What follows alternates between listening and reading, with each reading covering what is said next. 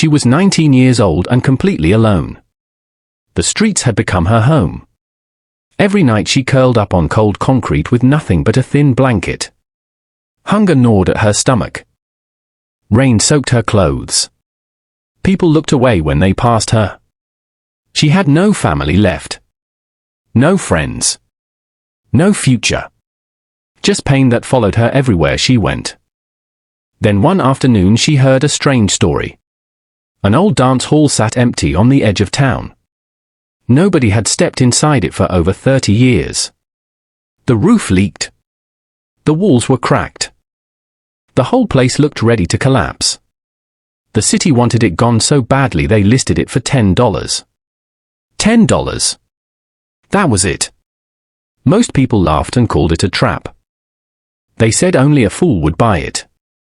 But she was desperate. With her last few dollars in her pocket she bought the building. Her hands trembled as she signed the papers. The real estate agent shook his head and wished her luck. She walked toward the dance hall alone. The faded sign creaked in the wind. Dust covered the windows. When she pushed the front door open it groaned like it had been waiting for her. Inside the air felt thick and heavy. Old posters peeled from the walls. Broken chairs lay scattered across the floor. Her footsteps echoed through the silence. Something about the place felt wrong. Like it was hiding secrets. She moved deeper into the hall until she reached the large wooden stage at the far end. The stage looked ordinary at first. But the more she stared the more she noticed. One section of the floor was different. The wood did not match. The boards sat tighter than the rest as if someone had sealed them years ago. A cold feeling ran down her spine. Why would anyone hide part of a stage? What were they trying to keep buried? She found an old crowbar in the corner. Her heart pounded as she knelt down. The metal felt ice cold in her hands. She wedged it under the first board and began to pry. Nails screamed in the quiet hall. Dust rose around her face. She pulled harder. One board lifted. Then another. Darkness waited underneath. Her flashlight beam shook as she pointed it down into the opening. What she saw next stopped her breath completely. She never knew her father. Her mother worked 2 jobs just to keep the lights on, but most nights she came home angry and distant. From the time she was 12, the girl learned to stay quiet. She cooked her own meals, washed her own clothes, and tried to disappear into the background. School became her only escape. She studied hard, dreaming that good grades might one day pull her out of that broken house. But life had other plans. When she turned 17, her mother got sick. Really sick. Hospital bills piled up faster than either of them could count. The girl dropped out of school to take care of her. She worked at a small diner during the day and sat beside her mother's bed at night. The fear in that hospital room never left her. Then one cold Tuesday morning, her mother passed away. There was no money for a proper funeral. No relatives came forward to help. At 19 she found herself on the street with one backpack and $37 to her name. The first few nights she slept behind a gas station. The cold bit through her thin jacket. Strangers shouted at her to move. Some nights she went without food completely. She would sit on park benches watching families laugh and eat together, wondering what she had done to deserve this much pain. People who once called her smart and kind now crossed the road to avoid her. The shame burned deeper than the hunger. She tried everything. She applied for jobs but had no address to put on the forms. Shelters were full. Days turned into weeks. Her body grew weaker. One night, while sitting under a bridge with rain pouring down, she made herself a promise. If she could just find one single chance, one tiny opening, she would risk everything on it. She refused to die on the street. That promise became the only thing keeping her alive. Then came the day she heard about an old dance hall on the outskirts of town. The price sounded impossible. $10. Most people said it had to be a scam or a death trap. But for a girl who had already lost everything, $10 felt like a door that had finally cracked open. She didn't know it then, but that broken building was about to show her something that would change the meaning of her entire painful past. She sat at the public library that afternoon, still damp from the morning rain, when she saw the listing on the free computer. A small ad in the corner of the city's property page read Abandoned Dance Hall, $10. $10. The number made her blink twice. She thought it had to be a mistake. No one sells a whole building for $10 unless something is terribly wrong with it. She read every word carefully. The hall had stood empty for 34 years. The roof leaked. The wiring was shot. The city had been stuck with it after the last owner disappeared in the late 80s. They had tried selling it many times before, but every buyer backed out at the last second.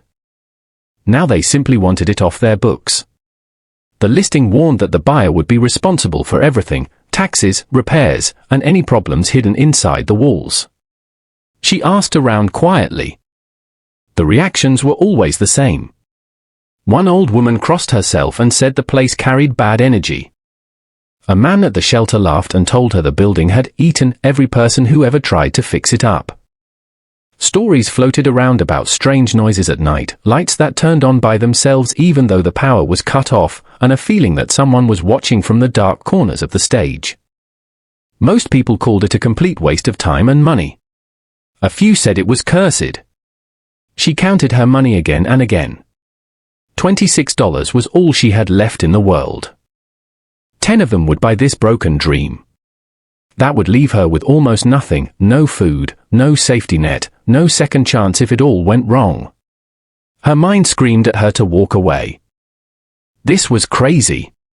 She was 19, homeless, and about to spend most of her remaining money on a crumbling building that everyone else feared.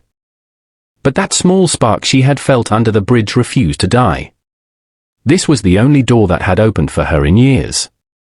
No job wanted her. No family claimed her. If she did nothing, she would stay on the street until the street finally took her. The next morning she walked into the county office with the $10 folded tightly in her hand. The clerk stared at her for a long time before speaking. "You understand what you're buying?" he asked. His voice carried both pity and warning. She nodded, signed the papers, and took the keys. Now the old dance hall belonged to her. As she made the long walk to the edge of town, each step felt heavier.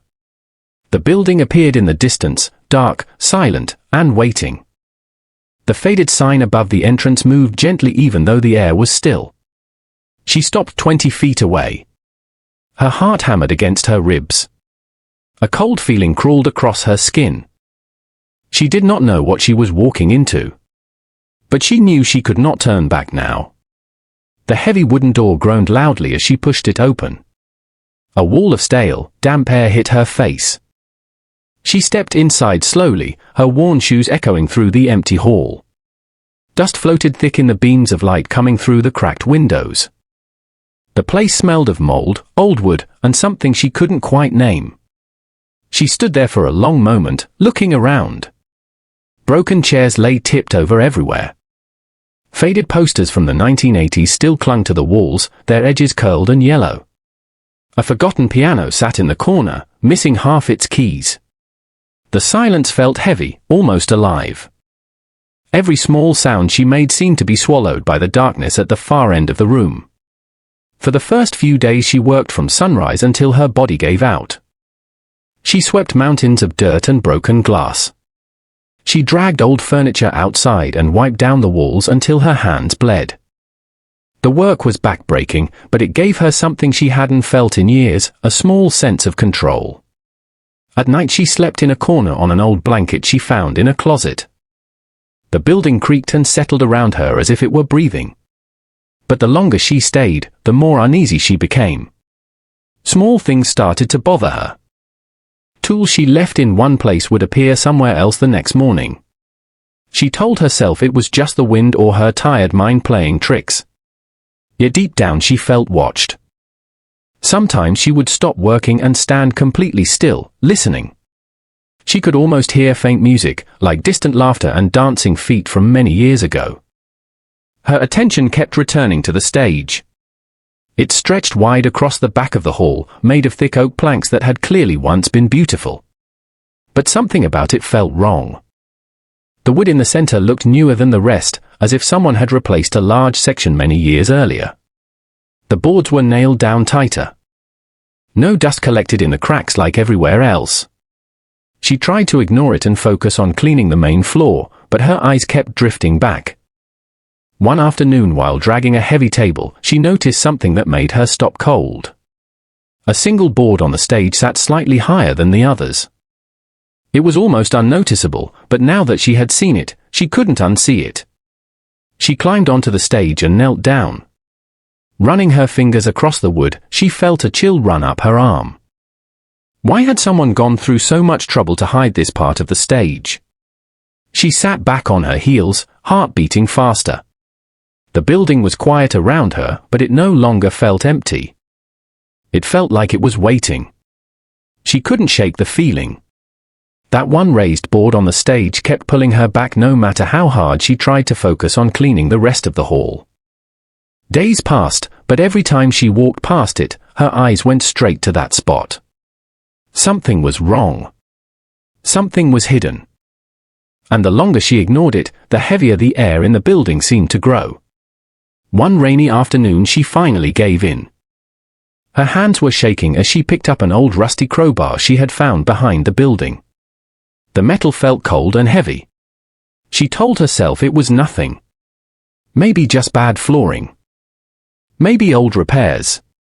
But her heart was pounding so hard she could hear it in her ears. She climbed back onto the stage and knelt beside the suspicious planks. Up close, the difference was even clearer. These boards were cut differently. The nails looked newer than the ones around them. She slid the crowbar under the edge of the first board and took a deep breath. The first pull made a loud, sharp screech that echoed through the empty hall like a scream. She froze. The sound seemed to hang in the air far longer than it should have. Dust rained down from the ceiling. She waited, listening. Nothing. No footsteps. No voices. Just silence again. She pulled harder. The nail finally gave way with a sharp crack. Then another. Sweat ran down her back even though the hall was cold. Board by board, she worked her way across the section. Each nail fought her. The wood seemed unwilling to let go of its secret. Her arms began to burn from the effort, but she couldn't stop now. After 20 minutes, she had removed 6 heavy planks. What she saw beneath them made her stomach drop. There was no foundation or empty space like she expected. Instead, she found a carefully built trap door, perfectly fitted and almost invisible from above. It had a small rusted metal handle. Her flashlight shook in her hand as she pointed the beam downward. The darkness below looked thick, almost unnatural. She grabbed the handle. It was ice cold. For one last moment she hesitated, every instinct in her body screaming at her to walk away. But she had come too far. She pulled the trap door open. She pulled the trap door open. The hinges screamed in protest. A rush of cold, musty air rose from below, carrying the smell of old paper and metal. Her flashlight beam cut through the darkness. For a few seconds she saw nothing but dirt and cobwebs. Then her light landed on something solid. There, tucked neatly beneath the stage, was a large metal chest. It looked old, military style, with heavy latches. Her breath caught. She lowered herself down carefully into the small space. The area was tighter than she expected. She had to crawl on her knees. With trembling hands she dragged the chest closer to the opening so she could see it better. The latches were rusted but still moved. She fought with them for almost a minute before they finally popped open with 2 loud clicks. The sound echoed through the silent hall like gunshots. She lifted the heavy lid. What she saw inside made her brain freeze. Stacks of cash. Old bills, mostly 20s and 50s, wrapped neatly with yellowed paper bands. row after row of them. She picked up one bundle. Her fingers shook so badly she almost dropped it. She had never seen this much money in her entire life. Beneath the cash sat several small velvet boxes. She opened one. Inside was a stunning diamond necklace that caught her flashlight beam and threw sparks across the dusty walls. There were rings, bracelets, and earrings, all looking extremely old and valuable. But it wasn't just money and jewelry. At the bottom of the chest lay a thick leather journal and a stack of old photographs tied together with string. She picked up the journal first. The handwriting was neat and careful. The first page had a date from 1987. As she flipped through, her eyes landed on a photograph that had slipped out. Her heart stopped. The photo showed a man in his 40s holding a little girl on his lap. On the back, written in the same handwriting, were the words, "My beautiful daughter, Elena, 1969. Elena was her mother's name. She stared at the photo, unable to breathe. The man in the picture had the same eyes she saw every time she looked in the mirror. Her hands moved faster now, flipping through more pages of the journal. The words "I should have never abandoned them and this money is for my granddaughter if she ever finds this" jumped out at her. The flashlight beam began to shake violently in her grip. Everything around her felt unreal. She sat there in the dust for what felt like hours, the journal open in her lap, tears cutting clean lines down her dirty face. The man who wrote those pages was her grandfather. The father who had abandoned her mother before she was even born. All these years her mother had told her he was a selfish man who disappeared. Now she held proof that he had left something behind after all. The chest contained more than $280,000 in old cash. The jewelry turned out to be even more valuable. When she finally took everything to an expert weeks later, they told her the total worth was close to $940,000. Almost $1 million hidden beneath a stage that everyone had been afraid to touch. At first she was terrified. She slept beside the chest for 3 nights, afraid someone would come and take it. She trusted no one. The money felt unreal, like it might vanish if she blinked. But slowly she began to use it. She paid for a small apartment. For the first time in years she slept in a real bed behind locked doors. She bought warm clothes and food that didn't come from trash bins. She went back to school and finished her high school diploma at night. The biggest change wasn't the money though. It was the truth. Reading her grandfather's journal night after night, she learned he had been sick and scared. He wrote how he regretted leaving his daughter and how he hoped one day his granddaughter would find this chest. He had hidden everything under the stage because he knew the building would stand long after he was gone. The dance hall had once belonged to him. She felt something heavy begin to leave her chest. The anger she carried toward her missing family started to soften. The shame of being homeless began to fade. She was no longer that broken girl on the street. She was someone with roots, with a story, with proof that she had not been completely forgotten. Yet even with money in the bank, life didn't become perfect overnight. There were people who suddenly wanted to be her friend. There were lawyers and distant relatives who appeared out of nowhere. She had to learn quickly who to trust. Some nights she still woke up afraid it had all been a dream and she would be back on the concrete again. But every morning she walked into that same dance hall, now slowly coming back to life, and felt something she had never known before. She stood on that same stage every morning for months, watching the sunlight cut through the newly cleaned windows. The building that once terrified her had slowly become her sanctuary. She fixed the roof. She repaired the floors. She even started teaching dance classes to young girls who came from difficult homes, the same kind of pain she once carried. Through all of it, she kept thinking about the girl she used to be, the 19-year-old sleeping under bridges, believing her life was already over. She realized something powerful. Rock bottom is not the end. Sometimes it is simply the place where you find the door you were never meant to see. The pain, the hunger, the loneliness, none of it had been meaningless. It had led her here. She learned that hope does not always arrive in bright moments.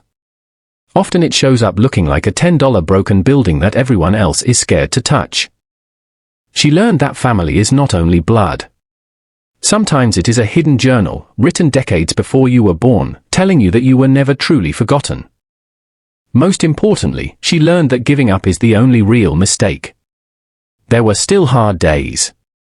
There were nights when fear crept back in and old memories tried to pull her down. But now she had proof tucked inside her heart. Proof that even when every door seems closed, when the world has counted you out, when you have nothing left but a few dollars and a crazy idea, life can still surprise you in the most unexpected way.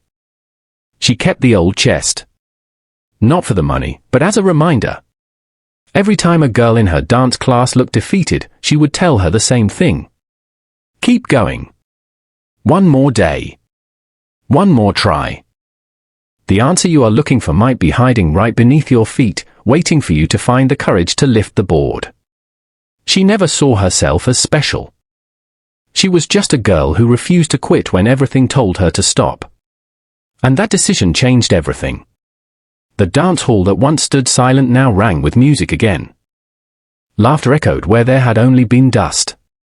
And every night when she turned off the lights, she whispered the same words to the empty stage. Thank you for not letting me give up.